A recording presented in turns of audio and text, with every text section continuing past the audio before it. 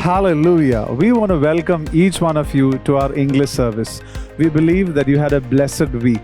Let's begin this service by opening our hearts to worship our great God.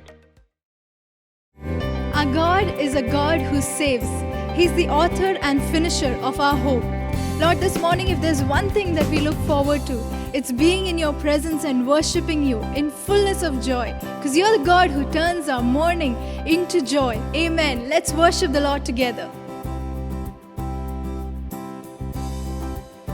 In the name of the Father, in the name of the Son, in the name of the Spirit, Lord, we come. We gather together to lift up your name, to call on our Savior, to fall on your grace.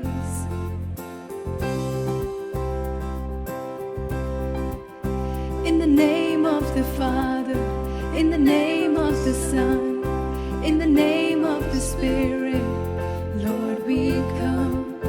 We gather together to lift up your name, to call on our Savior, to fall on your grace. Hear the joyful sound of our offering as your saints bow down, as your people sing. We will rise with you, lifted on your wings, and the world will see that our God saves. Our God saves. There is hope in your name. In the name of the Father, in the name of the Son, in the name of the Spirit, Lord, we come.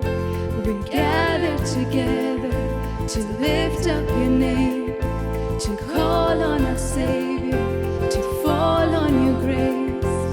Hear the joyful sound of our offering as your saints bow down, as your people sing.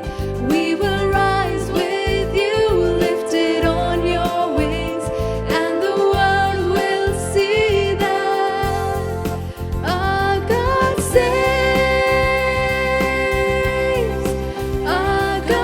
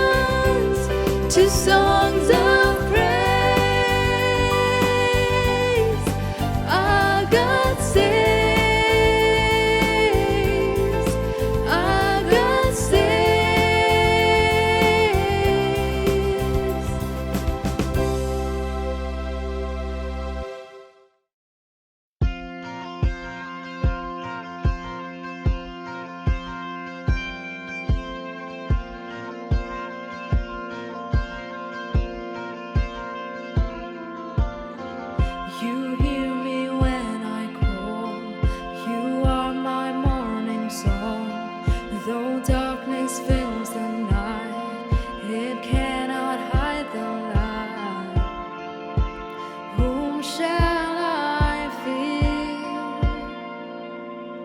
You crush the enemy underneath my feet. You are my sword and shield. Though troubles linger still, whom shall I fear? I know who goes before me.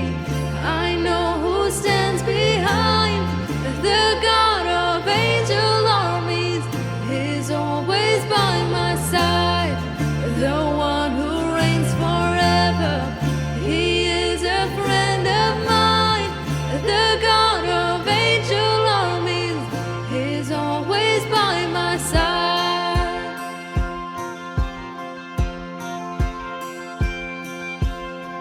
My strength is in your name, for you alone can save. You will deliver me. Yours is the victory. Whom shall I fear? Whom shall I fear? I know who goes before me. I know who stands behind. The God of angel armies is always by my side. The one who reigns forever, he is a friend of mine.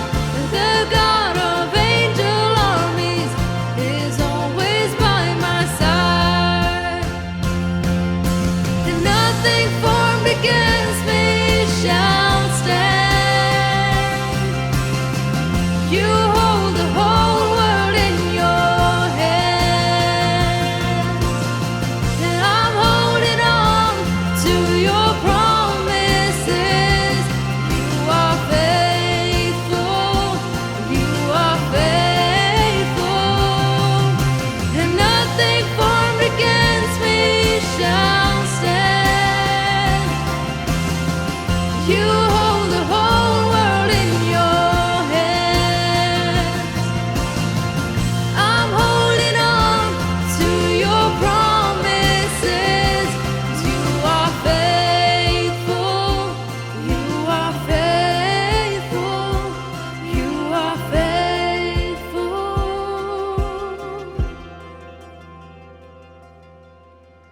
I know who goes before me. I know who stands behind. The God of angel armies is always by my side. The one who reigns forever, he is a friend of mine. The God of angel armies is always by my side. I know who goes before me. I know who stands behind. The God of angel armies is always by my side. The one who reigns forever, he is a friend of mine. The God of angel armies is always by my side. The God of angel armies is always by my side.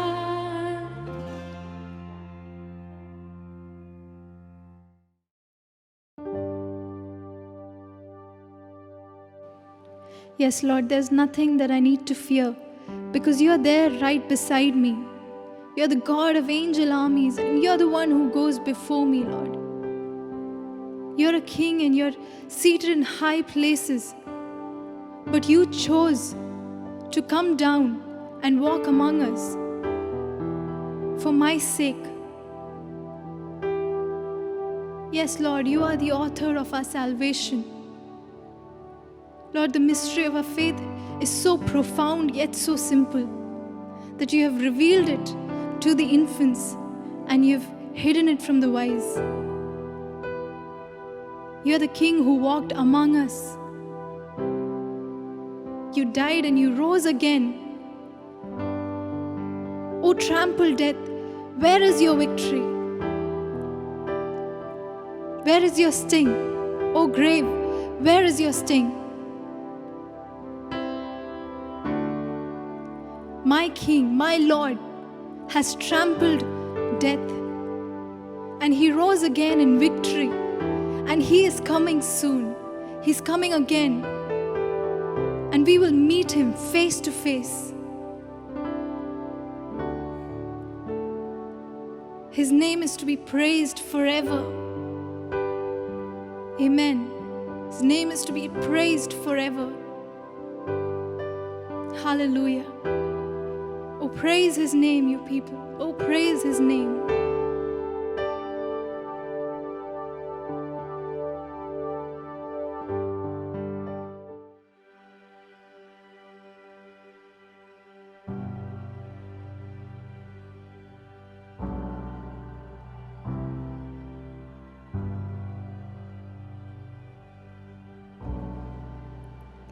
I cast my mind to Calvary, where Jesus bled and died for me. I see His wounds, His hands, His feet, my Savior on that cursed tree.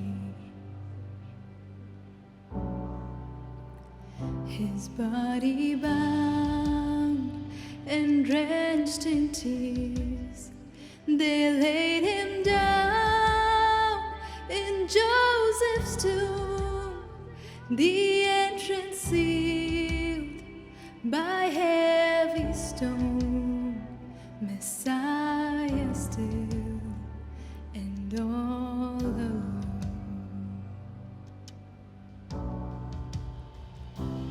Oh, praise the name of the Lord our God. Oh, praise His name forevermore. For endless days we will sing Your praise. Oh Lord our God.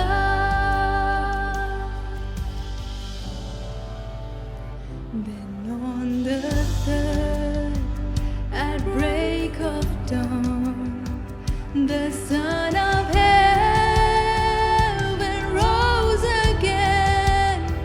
Oh, trample death, where is your sting? The angels roar for Christ our King.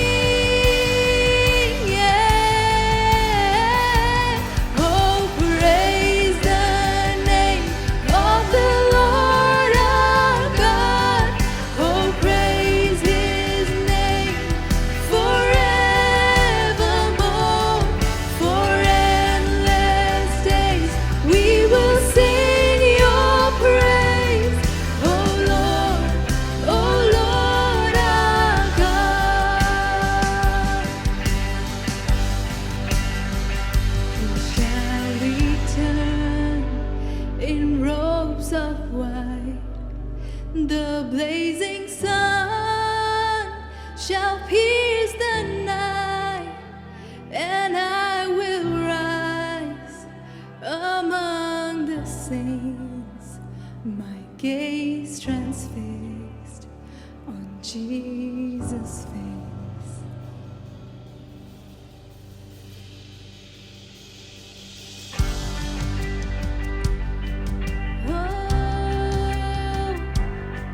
My Savior will return.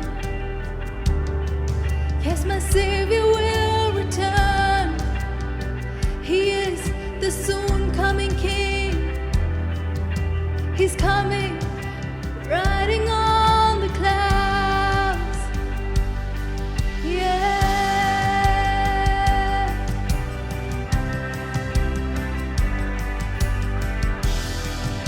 Soon coming King.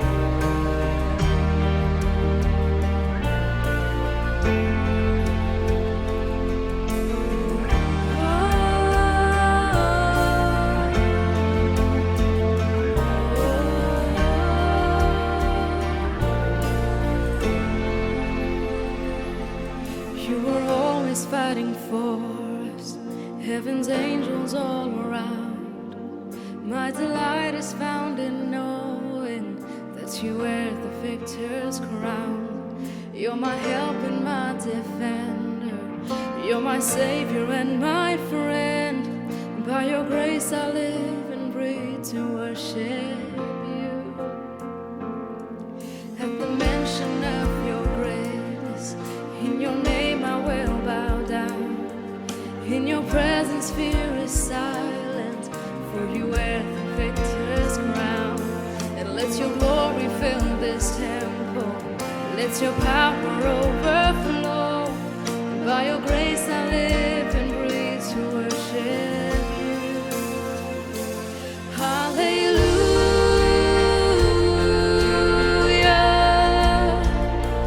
You have overcome.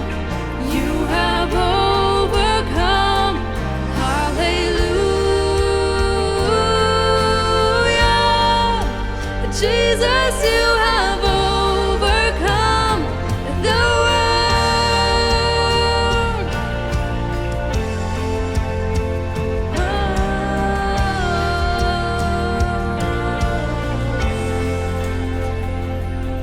You were ever intercede as the lost become the found. You can never be defeated, for you wear the victor's crown. You are Jesus the Messiah, you're the hope of all the world. And by your grace I live and breathe to worship you. Hallelujah.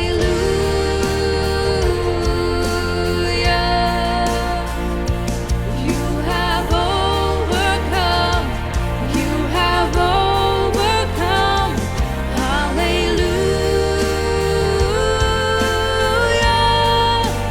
Jesus, you have overcome the world. Oh, you have overcome the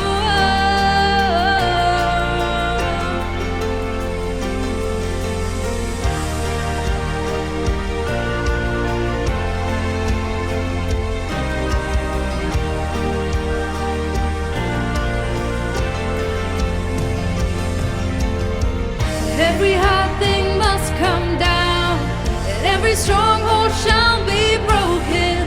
You wear the victor's crown. You overcome, you overcome.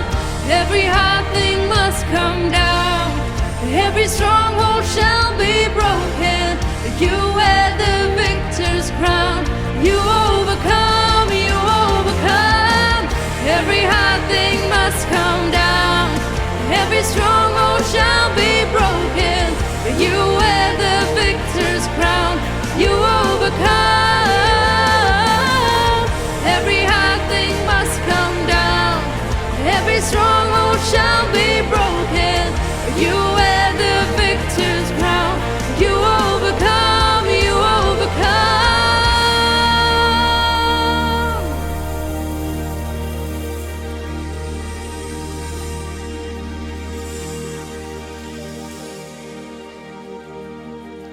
At the cross the work was finished. You were buried in the ground, but the grave could not contain you, for you wear the victor's crown.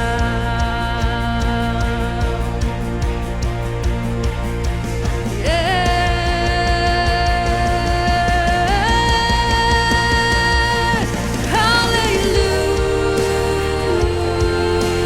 Hallelujah. You have overcome. You have overcome. Hallelujah. Jesus, you have overcome. Every hard thing must come down, and every stronghold shall be broken. 'Cause you wear the victor's crown. You overcome, you overcome. Every hard thing must come down, and every stronghold shall be broken. You wear the victor's crown. You overcome, you overcome.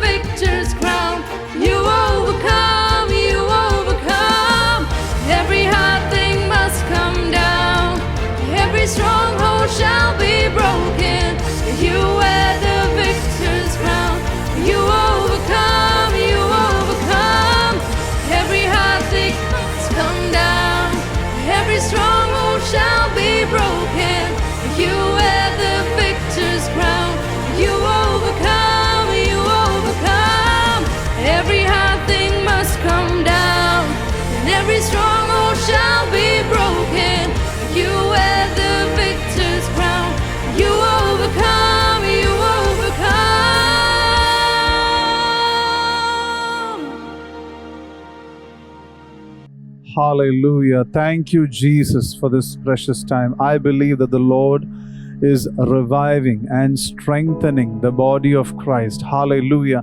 I believe that the Lord is planning and all set to display His great majesty and glory and wisdom through the body of Christ, through His church. Let's check Ephesians chapter 3. Now to Him who is able to do exceedingly abundantly above all that we ask or think, according to the power that works in us, to Him be glory in the church by Christ Jesus to all generations forever and ever. Amen. Hallelujah. Here I believe that the Lord wants to bring great glory in the church by transforming each one of our lives. And I believe that the Lord wants us to focus on these two words, that He wants to, or He is able to do exceedingly and abundantly, much more than what we can ask or imagine or think. I believe that if we are not able to think what God can do for our lives, we will not ask accordingly. Hallelujah. And today I want to pray over each one of you, over the church, over the body of Christ. Let faith arise. Let faith arise. I want to encourage each one of you today that there is nothing impossible with God. There may be many things that man doesn't know. There may be many things that is impossible with man. But the scripture says there is nothing impossible with God. If you are going through any kind of situations today, I want to encourage you to go and ask in the presence of God. Can you think that actually there is nothing impossible with God? Can you believe when the scripture says that there is nothing impossible with God? Can you go into the presence of God?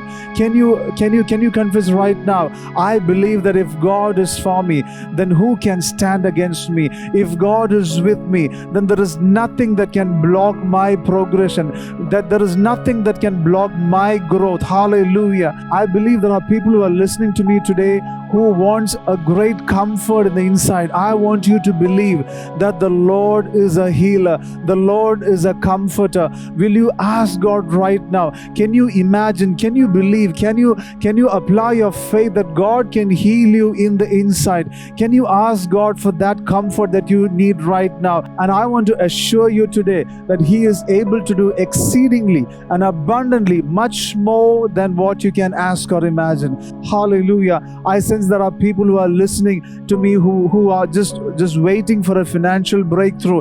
I speak the mighty provision of God over you right now. I believe that there are people who are just wanting for a job opportunity right now. I pray, may the Lord do much more abundantly and exceedingly than what you are just desiring or asking or imagining from the presence of God. I believe that there is a great healing that is going to happen in the sickness of sarcoma and spondylitis. May the Lord heal mightily. Prostrate cancers be healed in the name of Jesus. Every confusion due to arthritis be healed in the name of Jesus. I rebuke every classes, every kind of arthritis in the name of Jesus. And right now I speak miraculous, supernatural healing over arthritis in the name of Jesus. Thank you, Father. Oh, you are a mighty God. He can do exceedingly and abundantly, much more than we can ever ask or imagine.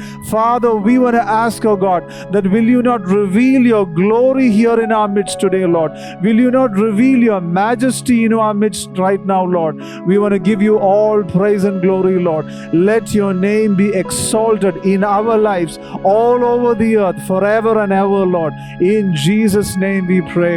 Amen, amen, amen. We believe that you are tremendously blessed by today's service. Shortly, we would be going into a time of receiving from the Word of God. So I want to encourage you to share this video to your near and dear ones. Now let's take this time to pray for those who are celebrating their birthdays and anniversaries through this week.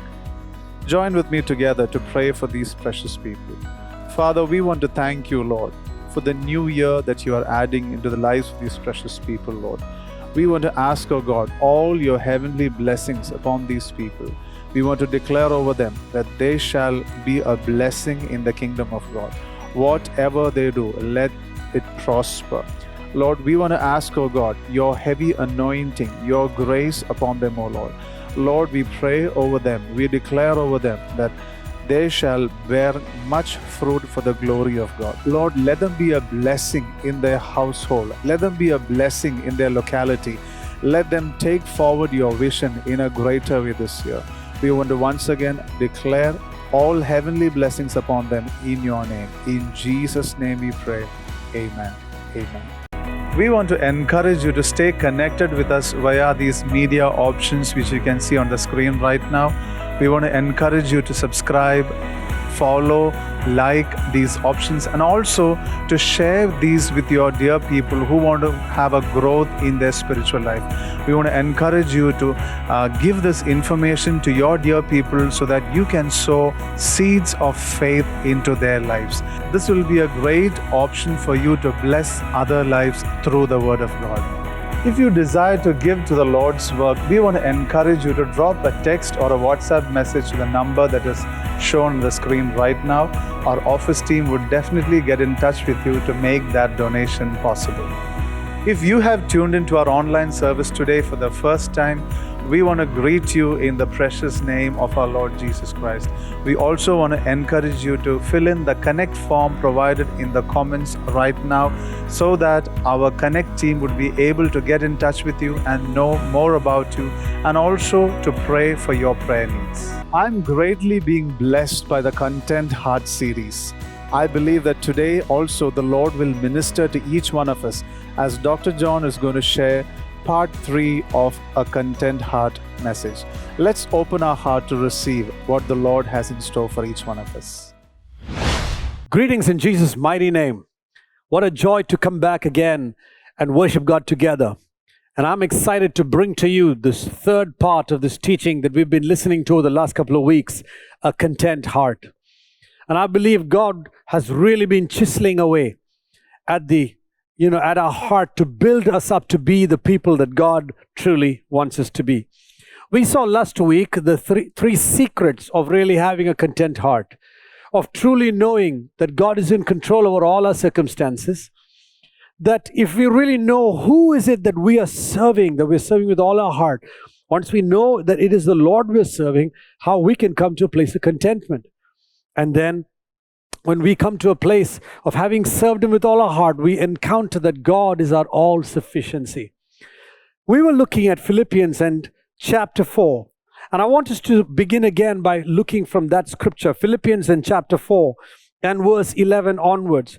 The Bible says, "Not that I speak from want, for I have learned to be content in whatever circumstance that I'm in." Apostle Paul is writing and saying, I have learned what it means to be content in any and every circumstance. Which means contentment was not based on his circumstance. Contentment was a learning, something he had learned to apply himself to, something he told his heart, this is the posture of your heart. This is how you ought to be. Happy and blessed and content in whatever circumstance that you're in. Paul goes on in Philippians chapter 4 and verse 12. He says, I know how to get along with humble means, and I know how to live in prosperity. In any and every circumstance, I have learned the secret of being filled and going hungry, both of having abundance and suffering need. I can do all things through Christ who strengthens me. I can do all things through Christ who strengthens me. There is a contentment that comes in our heart because of the power of the Holy Spirit. It is not based on circumstance we saw, but it's based on the posture or the learning or the training of our heart. So we saw contentment comes from truly knowing and trusting that God's a good God who loves us, that we can trust Him, that all things work for good. We saw it by knowing that it is God who serves and knowing that God is our sufficiency. And I think with that as a foundation, let's go further into what it means to be content in any or every circumstance. There's a story that I read. It's a beautiful one. Legend says that there was once a very wealthy merchant. He had a lot of money, a lot of wealth, but he heard about Apostle Paul. He wanted to meet this Apostle Paul and find out who is this man whose people are turning the world upside down. So when he went to Rome, he had determined to visit Apostle Paul. He contacted Timothy and asked Timothy, can you help me meet with this leader of yours? And Paul was in prison and Timothy arranged for it. And when he arranged for it, stepping into his cell, the merchant was surprised to find an old and frail man that was in that cell. He had nothing to boast about himself, small, old, frail man. But in his heart, there was a passion, there was a magnetism about him. There was an energy about him that this wealthy merchant could not understand. So after spending some time with Apostle Paul, the merchant steps out of the cell, walks up to Timothy and asks Timothy, hey, there's a question I want to ask you. What is the secret of this man's passion, his magnetism? What is it this about his charisma, that he's old and frail and yet he's so charismatic and passionate and magnetic? And Timothy looks at him, oh, haven't you figured out by now? Timothy looks at him and says, the man's in love. And the rich merchant says, that's it? He's in love? And Timothy says, that's not just it. That's everything. He's in love with Jesus Christ. And that is everything about his life. The rich merchant, having all the wealth he had, did not have the passion and the purpose and the magnetism and the love that Paul had for Jesus Christ that turned his life upside down. And I believe God wants to do the same thing through your life and my life. God wants us to bring us to a place of contentment because we are in love with the Lord Jesus Christ. Truly, we can be content only if we are truly in love. That's not all. That is everything. That is everything. We can't find contentment in loving the things of the world or the things that we love so much and also desiring the will of God. So many people are caught up between these two things. They say, oh God, I want to do your will. But when God asks them to do the will of God, they say, oh, it's too hard, Lord. Oh, it's too hard, Lord. I don't know if I want to do this. I don't know if I want to go down that road. I'm willing to serve you, but on my terms. I'm willing to walk with you, Lord, but on my terms. So when it really comes, when the rubber hits the road, when it comes to the grind, when it comes to paying the price, that is when we begin to get confused between wanting to truly do the will of God and to do the will of God our way or to the way we understand. The Bible talks about in Mark's Gospel in chapter 10 and verse 17 to 27, the Bible talks about a rich young ruler. Many of you will be familiar with this portion of scripture. You know that one day, while Jesus was setting out on a journey, a rich young ruler walks up to him. In fact, he runs to him in the Gospel of Mark. And the Bible says he knelt down before Jesus. Can you see the expression that's going on? He's running to Jesus and he's kneeling down before Jesus. And then he tells Jesus, good teacher. He calls him all profusely beautiful words. Good teacher, what shall I do that I can get eternal life? You know, he was willing to do anything to get eternal life. And Jesus said to him, why do you call me good? No one is good except God alone. You know the drill. You know the commandments. Just go ahead. Don't commit murder. Don't commit adultery. Don't steal. Don't do all of that stuff. Live a good life. Obey the 10 commandments. In short, that's what Jesus was telling him. And the rich young ruler says, oh, the 10 commandments, piece of cake. I've done that from my childhood. I've done it all. And he says, oh, if that's the thing, then I'm pretty good. Jesus looks at him, sees this man's self-righteousness. And he says, this man is saying, I've done all the 10 commandments. And then Jesus thinks in his heart and says, but there's one thing you still lack. He says, what's that? He says, go sell everything you have, give it to the poor, and you come and follow me. You know what Jesus did? Jesus went back to the first commandment of the 10. Love the Lord thy God with all of your heart, all of your soul, and all of your mind. This young rich ruler said, the 10 commandments, I've kept it all. Jesus said, let's begin with the first one. Go love the Lord thy God with all of your heart. Such a love for God that there is no place left for anything else in your heart.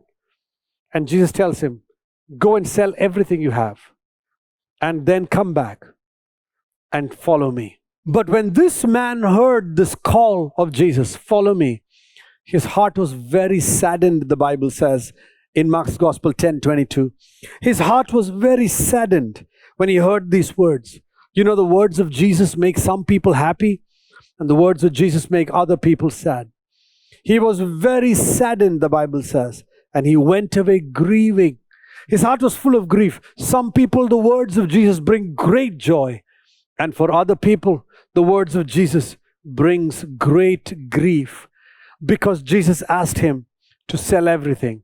You know, it's a hard thing when God asks you to give up not something, but give up everything. When the Lord called me to serve him full time in the ministry, that was the time I had to choose, that I had to give up things. And in one sense, I had to give up, if you may, almost everything that I could look forward to.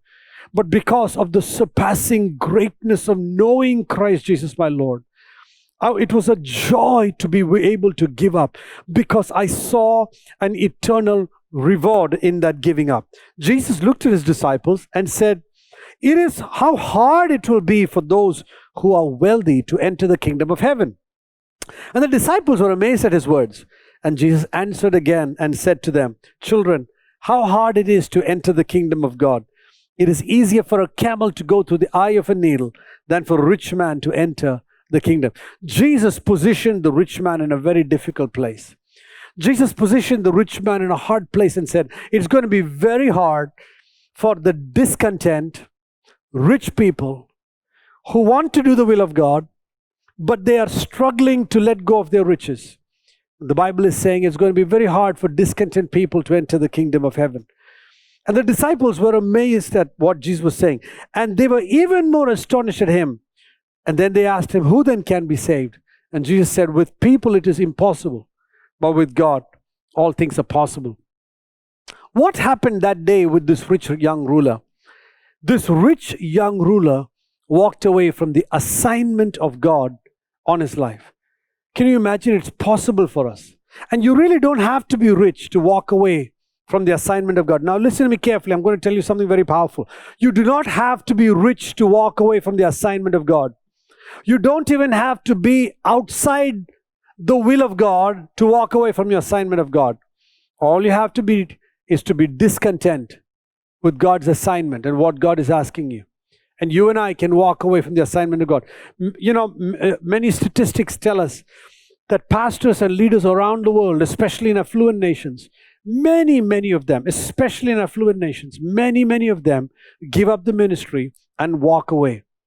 Among affluent people, in wealthy nations, in first world nations, they give up the call of God to follow after the passions of this world. Why? Because they compare with other people.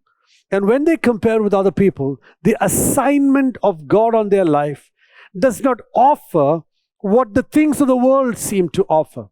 Now look what happens in this rich ruler's life. Peter says to Jesus in Mark's Gospel 10:28, Peter said to him, "Behold, we have left everything to follow you." Is that you, like Peter, who's telling Jesus today, "Jesus, I left everything to follow you. I didn't hold anything back"? Is that you today? And Jesus said, "Truly I say to you, there is no one who has left house, or brother, or sister, or mother, or father, or children, or farms for my sake and for the gospel's sake, that he will receive 100 times as much now in the present age, house and brother and sisters and mother and children and farms, along with persecution and the age to come, eternal life." God is saying, I'm going to give you in this world and the world to come. I remember when I came full-time into the ministry, there were many people that began to be discontent with who I was. They dishonored me. They found it low to even consider that I'm somebody valuable in their life. Because people want to stay in touch with people that add value to their life. And so people were not very fond of me at that time, especially when they had to measure me with the success stories of my life. Many people, they feel that wealth and property is success. And I want you to know, there are a lot of people that had a lot of wealth and property and have just taken their life because they've been discontent. Discontent is not because of the lack of wealth and property, or the contentment does not come from the presence of wealth and property. Discontentment comes from the inability to rejoice in the love of God, into experiencing God's love. Why is it that I'm still serving God today? It's because the moments I wanted to leave the ministry, I went back to God and I spoke to God about wanting to leave the ministry. And God poured His love upon my life. And the moment the love of God hit me and filled my heart, everything else that was looking gloomy and overshadowing began to fade away in the light of the amazing love of God. Jesus tells Peter, everyone who's left home and house and property is going to get much in this world and the world to come. I remember people who didn't want to talk to me because I was serving God. And I remember one day standing up and telling, for every one person that does not want to speak to me today because they find it an insult that I'm following Jesus, there's going to be hundreds of people that are going to wait in queue, waiting to speak to me because of the power of the gospel of Jesus Christ. And I want to tell the same thing about your life. For every one person that's turning away because you're following Jesus, there's going to be thousands that are waiting for you. Because, not because how great a person you are, but because of the greatness of the glory of God inside your life. This rich man walked away from his assignment, but Peter refused to go. The Bible says in verse 31 of Mark 10, the Bible says, and many who are first will be last, and many who are last will be first. So Jesus was saying that rich young ruler, now in the world he's first in front of people because he's got a lot. And you guys look like fools. But soon he's going to be the last. And you who gave up everything in the kingdom, you're going to be the first. The Bible says that the 12 gates, the foundation stones of the kingdom, the 12 gates are going to be named after the tribes of Israel. And the foundation stones are going to be named after the apostles of the Lamb. So we see that this rich young ruler is going to probably lose his eternity because he loved his wealth. But the disciples who gave up everything are going to be glorified in eternity. God wants us to lead each of our life in contentment. 1 Corinthians 7:17 says, only let each person lead the life that the Lord has assigned to him and to which God has called him. I believe this is my rule for all the churches. That's what Apostle Paul says. Let us live the life that is assigned to us. Do you know that you have a life assigned for you and I have a life assigned for me? And I can't compare my life with yours and you can't compare yours with mine. God is saying through Apostle Paul, let each one live a life that is assigned to them. 1 Corinthians 7:24, a few verses later, so brothers, in whatever condition each one was called, there let him remain with God. Let us learn to be content with the condition in which God found us, that we can serve Him with all our heart. Now, not only does God want us to be content, the Bible now takes it to another level. God is saying, I want you to be able to be content even in loss.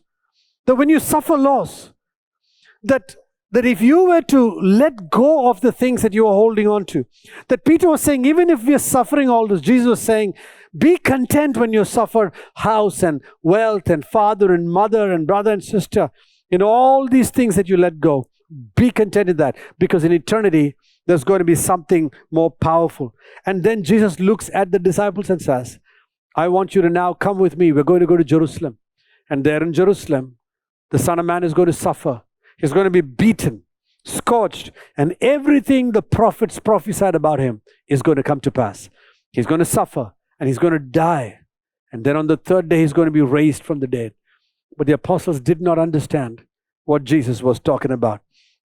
They did not understand that Jesus was talking about his future in Jerusalem. He's going to suffer. Do you know that there is a place of finding contentment in suffering for Jesus Christ? There's a place of knowing that there is a great contentment in suffering. The rich ruler did not know what it meant to suffer for Jesus, to let go, give everything he had to the poor. He did not know. Now, not everybody who gives to the poor is also in the will of God, nor is everybody who holds back from the poor is the will of God. It's not in whether you give or you hold back.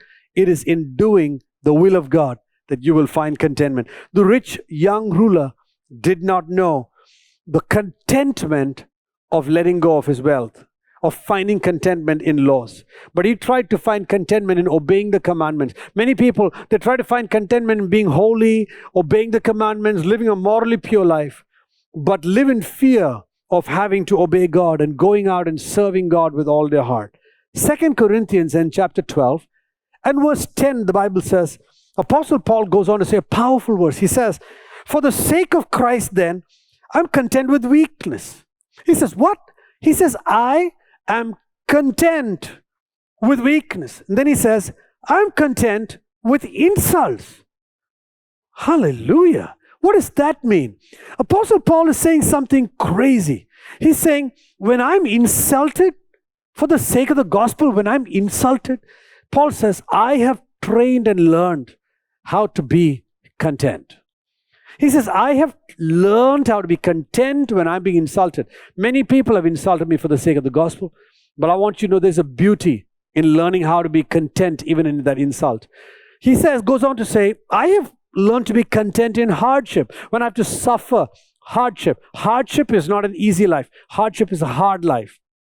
Hardship is a painful life. Hardship is a difficult life. And Paul is saying, I'm content. I'm okay. I'm good. He said, I'm okay with that. Why? He says, because the Lord has already told me about these things, that I've trained myself to be content. He says, I know what it means to abound and abase. I know to have and not have. I know to go hungry. I know to be satisfied. I am content. I know what it means to wealthy. I know what it means to prosperous and not have. I know what it means to content. He goes on to say, I have learned to be content in persecution. When I suffer for Jesus, I'm content. And then he says, I have learned to be content in calamity. Can you imagine in calamity? In calamity, be content. When Apostle Paul is in a storm, on a ship in the middle of the seas, being taken as a prisoner. And while the ship is sinking into the ocean, as a prisoner of Christ, he's saying, while he's sinking, he's saying, I found contentment. I just said, Lord, it's so wonderful. And I just want to praise you, God, that you have counted me worthy to suffer for your name. I have found contentment even in that. It's powerful to know what it means to move to a place of contentment. But God wants you to move from there into a greater place. God wants you also to move from a place of contentment into a place of finding benefit in loss. In finding benefit in loss. Philippians in chapter 3, verse 7 to 11, Paul says, for whatever things were gained to me, I now consider loss. Everything that was gain, I now consider loss for the surpassing greatness of knowing Christ Jesus my Lord. For the sake of knowing Christ, that I may be found in Him, that I count everything rubbish. Everything that's my gain, I count rubbish for the sake of knowing Christ Jesus my Lord. Oh, that's another level of content. What is it? It's in not just suffering loss, but finding benefit in loss. Have you suffered loss? Have you lost something you loved very dearly? And have you come to a place where you know the power of finding benefit even in that loss? The Bible says in Hebrews in chapter 11, the Bible goes on to say that Moses in chapter 11 verse 23 to 26, by faith Moses, in verse 24, Moses, when he had grown up, he refused to be called the son of Pharaoh's daughter, but choosing rather the ill treatment of the people of God than to enjoy the passing pleasures of sin. He found benefit in loss, benefit in giving up the throne of Egypt, benefit in the comforts of the prince, being the prince of Egypt, benefit in being ill-treated like the slaves of Israel. You know what it means? It's one thing to find contentment in not going after something, but it's quite another thing to find contentment in letting go of the thing you enjoyed so much, the pleasures you enjoyed so much, and coming to a place of knowing there is a benefit in eternity. He said, the Bible says, he counted it better to be ill-treated as an Israelite than enjoy the pleasures of sin and the throne of Egypt, considering the reproach for Christ greater than the treasures of Egypt, for he was looking for a greater reward. You know, in Hebrews, in the same chapter 11 and verse 35 onwards, the Bible says some women, they got their husbands back from the dead when their husbands were killed for the gospel, while other women, they gave up their husbands knowing that there's going to be a better resurrection. They found benefit in the loss of a loved one. They found benefit in eternity, that when their loved one was lost, they knew there's going to be great glory. God was going to turn it for good. Some were stoned, some were sawn, some were, everything was taken away, their property was taken away, some were in prison, in chains, some were mocked and scourged. The Bible says the world was not even worthy of them. And yet in that, they found, benefited, that they lost. And they learned to be content because they knew that God was going to turn all things for good for them that loved God. So we see now that God has called us to live this life of contentment on another level. And only the mature people will be able to understand how there is a power in being content, even in losses in our life or difficult moment, or that we can benefit from a life of contentment because we know that God will work all things together for good that has been called by God. Now, whichever position we're placed in, the Bible, we saw last week how God called us to be content under any kind of leadership, believer or unbeliever. If it's the unbeliever, we got to be content so that through our honor, the way we honor them, they will know that our doctrine and our faith is real. If it's a believer, we got to treat them with more respect because the kindness that we shouldn't take advantage of our believing masters. He's addressing the slaves or the servants. Don't take advantage of the believing masters because they're brethren, because they're beloved, that we don't take advantage of them now that they have come to Christ. And so the Bible goes on to talk about, because if you take advantage and you run after wealth and you run after things like this, wealth in itself is not the problem, but what our heart is running after is the problem. And then Paul goes on, he's writing to Timothy and saying, in verse 7 of 1 Timothy and chapter 6, for we brought nothing into this world, and we cannot take anything out of it either. If we have food and we have covering, with these we shall be content. So he's setting the basic standard of contentment. Because there are many wealthy people, their income isn't sufficient either. And so they're not content with what they have because there are so many other payments to be made. Paul is writing and saying, if we have food and clothing, we shall be content. But those who want to get rich, they fall into temptation and snare and many foolish and harmful desires which plunge men into ruin and destruction. God is not against prosperity. In fact, the opposite of prosperity, God doesn't want us to live in poverty. God has called for different people to live in different strata of financial wealth. What God wants us to live is in responsibility of the assignment that God has brought upon our life. Therefore, don't compare your life with anyone else. The Bible says don't compare and try to get rich like them, so we begin to bring all kinds of pains on our heart. For the love of money is the root of all sorts of evil, and some by longing for it have wandered away from the truth of faith and pierced themselves with griefs. Running after the love of money has brought a lot of pain in the lives of people. And then they ask, what did I do? Why didn't God, protect me? But when they made all that money, they said, oh, how God has blessed me. Paul is saying, instruct those who are rich in this world to not be conceited or fix your hope on the uncertainty of riches, but fix your hope on God who supplies everything that you might enjoy them. And instruct those to do good and to be rich in good works, to be generous, to share. So God is saying there has got to be a purpose for wealth, and whoever God is giving it to, God wants us to be responsible in the way we are using the wealth unto God. I read a story once about a Jewish man in a country called Hungary who went to his rabbi and complained, life is unbearable. There are 9 of us living in one room. What can I do? And the rabbi answered and said, take your goat into the room with you. The man was really furious with the rabbi, wondering, what is this rabbi saying? And the rabbi insisted, do as I say and come back after a week. Well, a week later, the man returned looking more distraught than ever.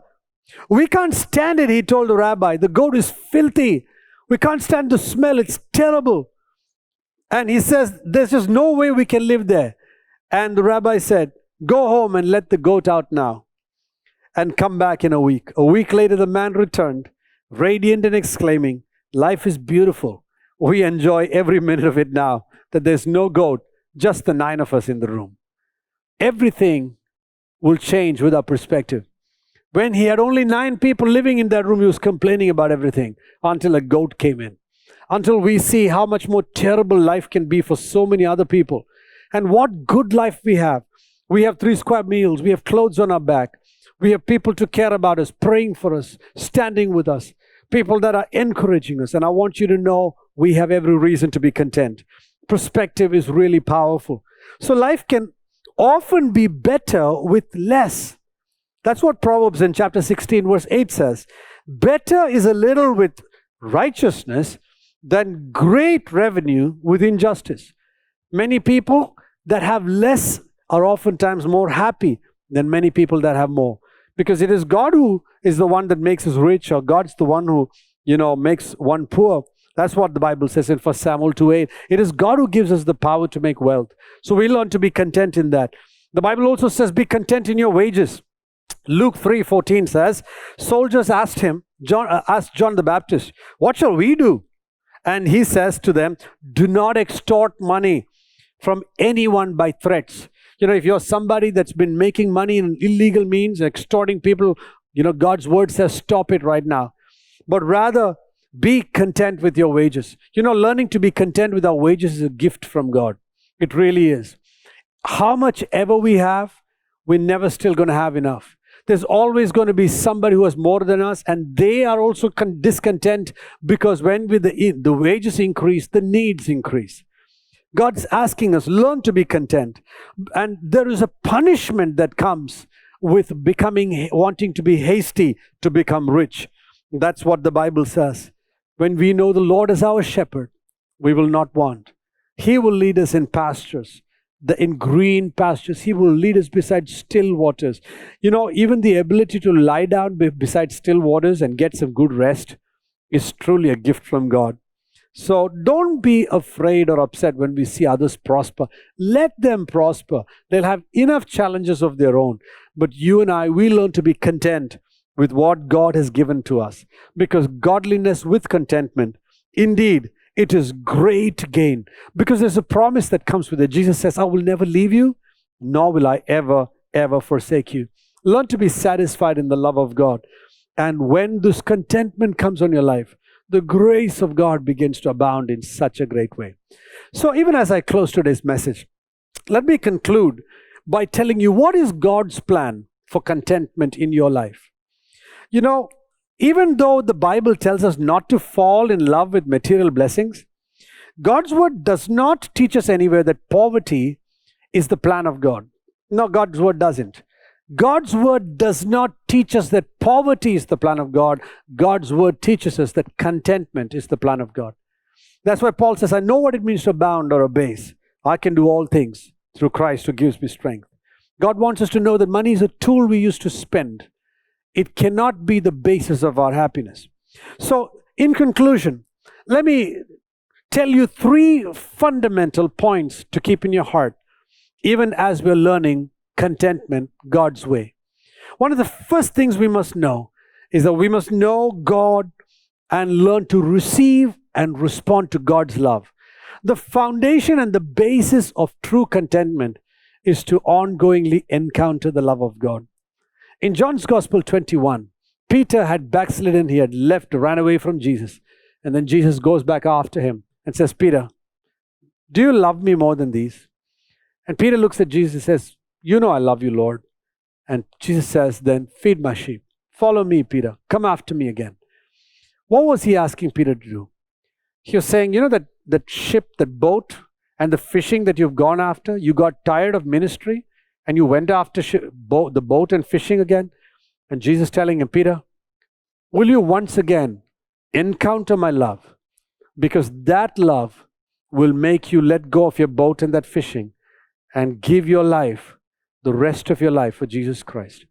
There are many people who have left the ministry and walked away, especially in the first world countries, because of their affluent backgrounds. And many times I've been tempted to leave the ministry. But whenever I wanted to leave the ministry, I would go and fall flat-faced before the Lord in the presence of God. And I would tell God, God, how terrible the circumstance has been. And there I've encountered the love of God.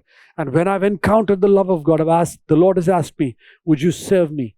Would you love me? And would you respond to my love? One of the powerful methods of learning to be content is to know how to receive and respond to the love of God. If you've not known the love of God in such a powerful way, I want to call you to encounter the love of God. Ask the Lord, Lord, can you fill my heart with your love, that I can spend the rest of my years serving you. That's what the Bible says. The first powerful tool of learning to be content is encountering the love of God. The second thing I want to leave with you is that for the rest of your life, seek the will of God. When you seek the will of God because you want to obey the Lordship of Jesus Christ, that becomes very powerful in your life. Contentment is not seeking the hand of God. Contentment is in seeking the will of God. Philippians in chapter 3 verse 8, Paul says, more than that, I count all things loss in view of the surpassing value of knowing Christ my Lord, for whom I've suffered the loss of all things. He's saying all things are loss compared to knowing Christ, for whose sake I suffered all these things, the loss. He says this loss of things is nothing compared to knowing Christ, and count them rubbish that I might gain Christ. He says that somehow I want to know Christ and the power of his resurrection, the fellowship of his suffering, becoming like him in his death, that I might somehow attain the resurrection from the dead. He says, my greatest joy is to become like Jesus, even in his death, that I might know God and do the will of God. One of the secrets of great contentment, or knowing, or great contentment, is coming to a place of serving God as your Lord and obeying him. And through that, when you serve God and you obey him, you come to a place of seeking his will and his will alone. His will becomes the most important thing in your life. If you will seek after his will, you will truly know what is God's plan for contentment in your life. And finally, thirdly, if you really want to know what is God's plan for contentment in your life, I want to challenge you to train for contentment. Apostle Paul says, I learned what it means to be content. I want to challenge you. Will you train yourself to be content? Can a Christian train himself to be content? Absolutely. Contentment will not come naturally. I want to challenge you these days. Train to be content. Train to tell yourself, I am content. When Paul says, I am content with insult, I am content with persecution. I am content in suffering. I am content when people walk away from me. I am content when they slander me. I am content when I'm feeling weak, for in my weakness, God's strength is made perfect. Can you grow to that place of contentment where you can stand up and say, I am content at all times and in all circumstances because I know whom I have believed. I've believed the Lord. So train to be content. So how do you train to be content? A few ways you could train to be content. One of the ways you could train to be content is by setting your priorities right. Setting your priorities right. Don't compare with others. Don't complain and don't be complacent. Don't compare, don't complain, and don't be complacent. Set your priorities right. Tell yourself, this is why I have come thus far. Like Jesus said, for this purpose I have come to this hour. What shall I say, Lord? Father, be glorified. Set your priorities right. Many Christians are discontent not because they don't have sufficient. They're actually discontent because they compare with what others have.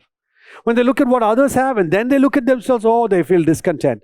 Stop looking at what others have, but be grateful to God for what you do have, for the praying family you have, for the provision that God has made for you, the clothes on your back and the food on your table. Thank God for it. Too often, believers look at what they don't have and they forget to be grateful and satisfied and content with what God has given. They spend their days crying and worrying about what they don't have. Set your priorities right. I think it's so important for you. Set those boundaries and say, this is what I'm here for. How else can you train your character? Learn to manage your finances and your resources well. Don't spend what you don't have to buy what you don't need. Learn to say no to yourself. Think 10 times before you spend on something. Tell yourself, the Lord is my all sufficiency. It's important to develop a lifestyle of contentment, not just an act of contentment, a lifestyle, not just following circumstances, but deciding in my heart, I do not need that. I can live without it. I'm okay with it. God will actually assign different believers to different levels or different places in life and ministry, and different financial levels or tiers in your life. God will assign different believers at different levels. So don't compare your financial level with somebody else. Learn to say, thank you, Lord, for trusting me with what you have given me. On what level has God trusted you? What is God trusting you with? What kind of finances is God trusting you with? What kind of responsibility is God trusting you with? Just having abundance is not a sign of blessing. There are many, many people that have abundance, and Satan has blessed many people with abundance. Satan can easily duplicate it. Also, don't stop at just thanking God for what you got. Continue to give and bless others. The Bible says it is more blessed to give than to receive. Let that continue, that finances continue to flow. You receive and you bless. You receive and you bless, so that you don't fall in love with money. One of the most effective tools the devil uses in many people's lives is trying to stop you from giving. How? By bringing fear in your life. He brings fear into your heart, and he begins to tell you what's going to happen for you tomorrow. I used to, when I was not married, I would think, Lord, I can handle hunger, but what will happen if my wife and children go hungry? What will happen to their future? And I want you to know God is faithful. Nothing's going to happen that God does not permit. If God permits it, praise God, hallelujah. We learn what it means to be content even in hunger. We learn what it means to be content in lack. We learn what it means to be content in insults. We learn what it means to be content in persecution. I can do all things through Christ who gives me strength. You learn to be content. Reject fear. Stand up in faith and say, my God is going to strengthen me. Stand strong. Don't be foolish, because that fear is going to stop everything God has got for your life. Psalm 46 and verse 2 says, therefore we will not fear, though the earth should be changed, and though the mountains slip into the hearts of the sea. Don't be afraid. God is with you. Trust God. Trust God with His promises. Hebrews 13 and verse 5 says, make sure that your character is free from the love of money, being content with what you have. For He Himself said, I will never leave you nor forsake you. People of God, I want to encourage you to remember this promise. God is saying, I will never leave you nor forsake you. The Bible does not say, I will constantly keep you a millionaire. God says, I will never leave you nor forsake you. I will be your sufficiency for every good work, for everything in the will of God. God is your sufficiency. His sufficient strength, His sufficient emotion, His sufficient provision, His sufficient encouragement, His sufficient intercession, His sufficient Holy Ghost empowering for doing the will of God in your life. He's sufficient for everything God wants you to do, and therefore you can be content. The Lord is your shepherd. You shall not want. He will make you come to a place of satisfaction. Finally, thank God with all your heart. Even as you're training to be content, carry a thankful heart. Many people, they give thanks because they got something from God. The thankful heart is not the ability to thank Him when we are blessed with an answered prayer. A thankful heart is the ability to be content, truly, that we are able to do the will of God in any and every circumstance. Many rich people, that they think that God has failed them when God did not meet a financial deadline. But I want you to know that that loss also is an opportunity to learn contentment. This attitude can truly come only from a thankful heart, that we begin to praise God at all circumstances. Sometimes Satan uses plenty to take our heart away from God when we see people lack and when we see suffer. So when Christians truly thank God for whatever they have and accept God's provision and fulfill God's will, then they will truly be content in the love of God. When Christians accept God's provision and they thank God for every circumstance they're in, and they fulfill God's will, that is when they truly learn to be content in everything. Because thankfulness is a state of mind. It is not the accumulation of assets or blessings from God. So may the Lord bless you, keep you, and fill you with His contentment. Live a content life. God bless you. We want to encourage you to stay connected with us via these media options which you can see on the screen right now. We want to encourage you to subscribe, follow, like these options, and also to share these with your dear people who want to have a growth in their spiritual life. We want to encourage you to give this information to your dear people so that you can sow seeds of faith into their lives. This will be a great option for you to bless other lives through the Word of God. If you desire to give to the Lord's work, we want to encourage you to drop a text or a WhatsApp message to the number that is shown on the screen right now. Our office team would definitely get in touch with you to make that donation possible. If you have tuned into our online service today for the first time, we want to greet you in the precious name of our Lord Jesus Christ. We also want to encourage you to fill in the Connect form provided in the comments right now so that our Connect team would be able to get in touch with you and know more about you and also to pray for your prayer needs.